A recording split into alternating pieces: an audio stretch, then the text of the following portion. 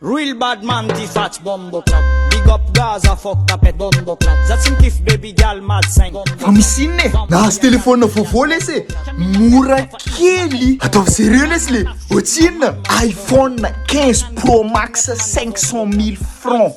500 000 francs. Ataovy sérieux. Izy ndray zany voasiloko zany le ty. Bombo clat. Tonga de arrosage lesy zany e. Allô, whisky fit. Anokatra iPhone e, anokatra iPhone e, anokatra iPhone e. Ary lesy kafe amizay fa tsy. Calme anao. Ah, zafady lesy. Karaha anao tsy tompon'ny telefôny ndraiky taitsy aloha. Zafady toa. Zafady. Tonga de mipetsara izy zany Elah.